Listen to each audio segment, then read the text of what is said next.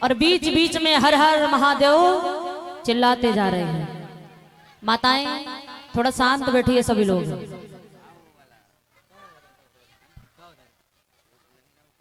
अब जैसे ही चिल्ला रहे हर हर महादेव, देवताओं ने सुना। अब एक देवता के कान में आवाज पड़ी है, आपस में बातें करते, भैया हम तो आगे चले आए, पीछे चिल्ला कौन रहा है। तो पीछे मुड़कर देखा, सब भूत प्रेत अब नाचते हुए जा रहे हैं। और परीक्षित महाराज, भोले बाबा की जिस गांव से बारात निकलती है ना, पूरा गांव का गांव खाली हो जाता है। गांव ही नहीं बदले, अपना घर, अपना लड़का लड़की पत्नी बच्चा सब लेकर गायब। ऐसे भूत प्रेत आए हैं, ऐसा ना हो जहां से बारात गुजरती पूरे गांव के गांव सब खाली, घर घर में घुस जाते हैं। बारात पहुंची है हिमाचल नगर में। आज हिमाचल नगरिया में व्यवस्था बड़ी अद्भुत है। सभी देवताओं का समाज एक तरफ है, भूत प्रेत एक तरफ पीछे आ रहे हैं। अब जो स्वागत करने वाले आए थे, देखा है कि महाराज इतने सुंदर सुंदर बाराती आए हैं, तो दूल्हा पता नहीं कितना सुंदर होगा। कोई गरुड़ पर सवार है, कोई घोड़े पर सवार है, कोई ऐरावत हाथी पर, बड़े प्रसन्न है।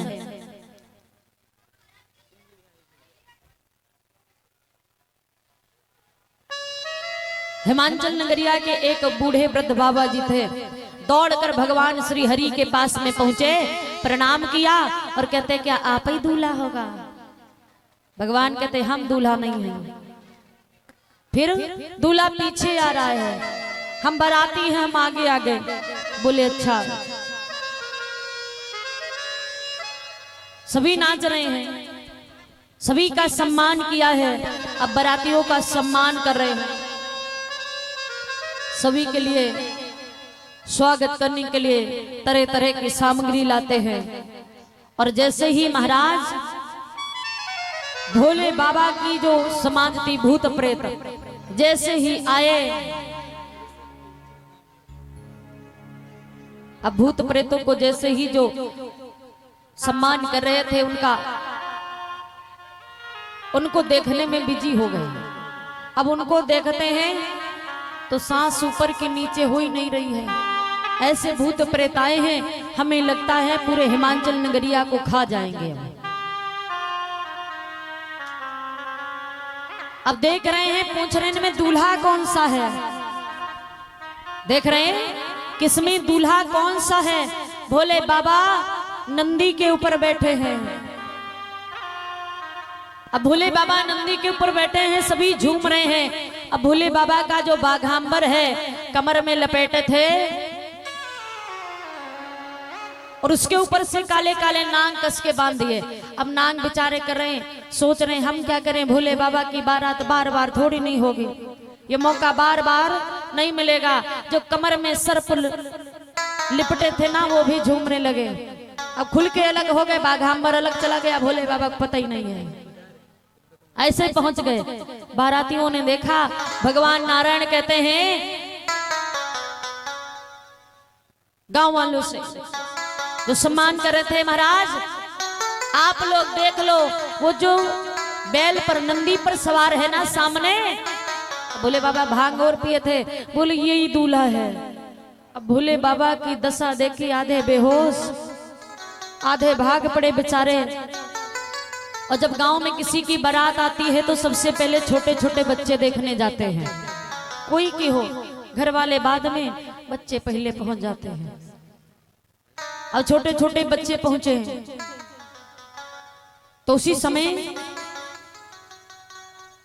जितने देवता हैं उनको देखा, बड़े प्रसन्न हैं। लेकिन जैसे भूत प्रेतों को देखा, आज इतने डर गए हैं, भाग पड़े, गिर पड़ते, चोट लग जाती, फिर भी भागते जा रहे हैं। जितने जोर दौड़ते आए थे बारात देखने, उससे ज्यादा जोर दौड़ अपनी अपनी मैया की गोदी में जाकर छिप गए। वो कहते मैया ऐसी बारात आई है, अब हमें लगता नहीं है कि कोई जिंदा बच पाएगा। इधर मैया मैना और मैया पार्वती की सखियां आती हैं, आरती का थाल सजाया है, मिलने भोले बाबा को आरती करने के लिए जैसे ही आई, अब जैसे ही भोले बाबा के रूप को देखा है, मैया का थाल अलग और मैया मैना अलग, बेहोश पड़ी, कोई होश ही नहीं है। जितनी सखियां थी भाग पड़ी, मैया अलग पड़ी हैं, उनका कोई ध्यान ही नहीं दे रहा है कि इनकी मैया पार्वती की मैया यहाँ पड़ी है। उठा करके ले गए उनको। मैया मैना आज मैया पार्वती को गोदी में लेकर के रोने लगी।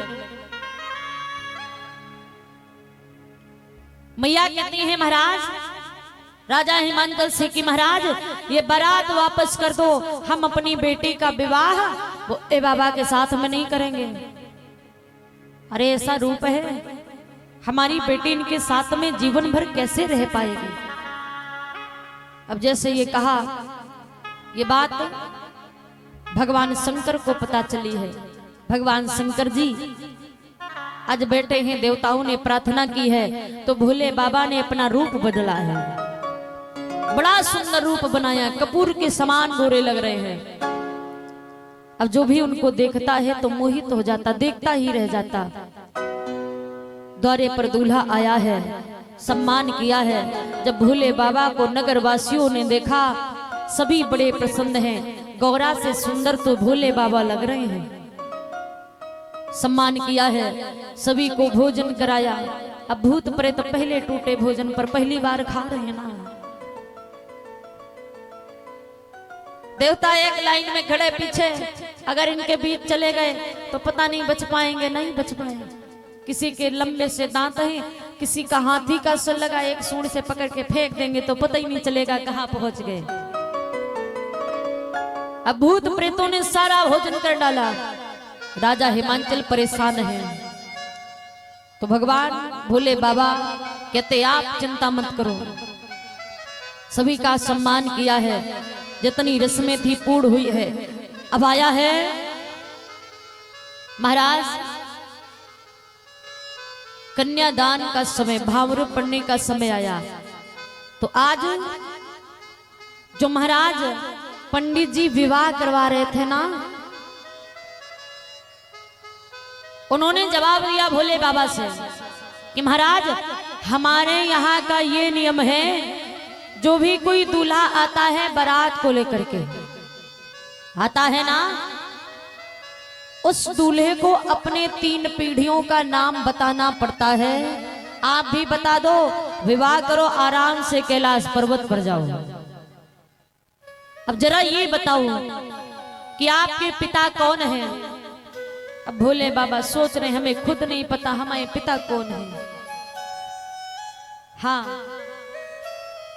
भोले बाबा इधर उधर देखने लगे। ब्रह्मा जी ने इशारा कर दिया। ब्रह्मा कहते हैं ऐसा करो, कह दो हमारे पिता हैं ब्रह्मा, तुम्हारी बारात तो हो जाएगी ना। बोले हमारे पिता हैं ब्रह्मा जी। ब्राह्मण देव कहते बहुत अच्छी बात, ब्रह्मा के पिता कौन है। फिर भोले बाबा इधर उधर देख रहे हैं तो विष्णु जी ने कह दिया हमें बता दो, तुम्हारी बारात हो जाएगी, बाद में देखेंगे कौन किसका पिता है। बोले हमारे पिता ब्रह्मा और ब्रह्मा के पिता विष्णु जी।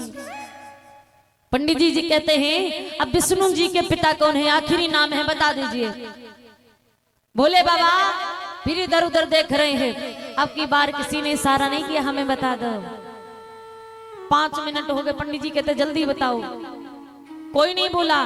तो भोले बाबा कहते हैं महाराज हे ब्राह्मण दो, हमारे बाप ब्रह्मा और ब्रह्मा के बाप विष्णु जी और इन सब के बाप हैं हम। हाँ, अगर विवाह करना हो तो करो, वरना हम जाएं।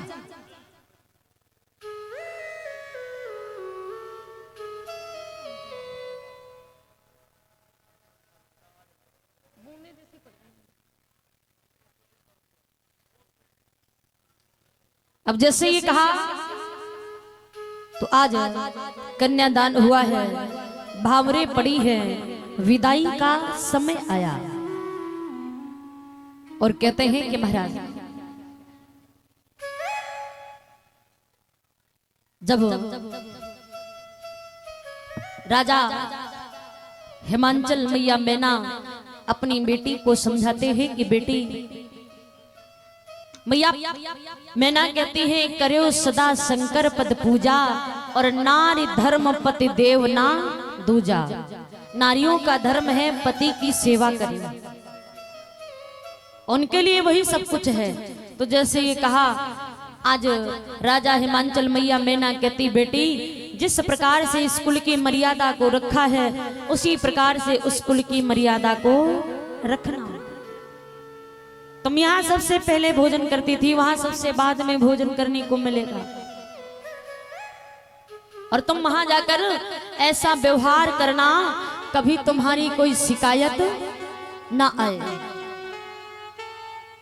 आज समझा रही है, और पहले भी थोड़ा समय जो निकल गया है 50-60 साल पहले, तब भी माता पिता अपनी बेटियों को यही समझाते थे बिटिया ऐसे रहना, वहां जाकर के ऐसा व्यवहार करना कभी तुम्हारी कोई शिकायत ना आए। पर आजकल जब बिटिया को विदा करते तो 1 महीना पहले से समझाने लगते हैं बिटिया तुम्हारा परिवार बहुत बड़ा है, खाना तो तुम बना नहीं पाओगी, हम तुमको इतना दहेज देंगे कि तुम परे परे खाओगी, हाँ बनाने की जरूरत ही नहीं है। और ज्यादा तुम 2-4 महीना 1 में रहना, उसके बाद अपना चूल्हा अलग धर लेना बस।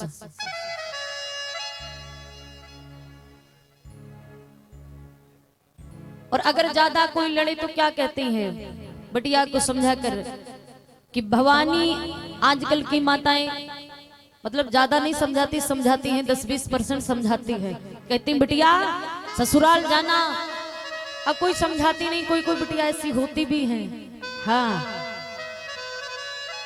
कहती हैं भवानी ऐसे लड़ो जैसे लंका में लड़े हनुमान, उन्होंने तो लंका ही जला दी थी, पेट्रोल घर में रखा होगा, छिड़क देना, 1 रुपए की जरूरत है लगा देना और तुम निकल लेना, फिर हम तुम्हारे पूरे ससुराल वालों को हवालात में पहुंचा देंगे।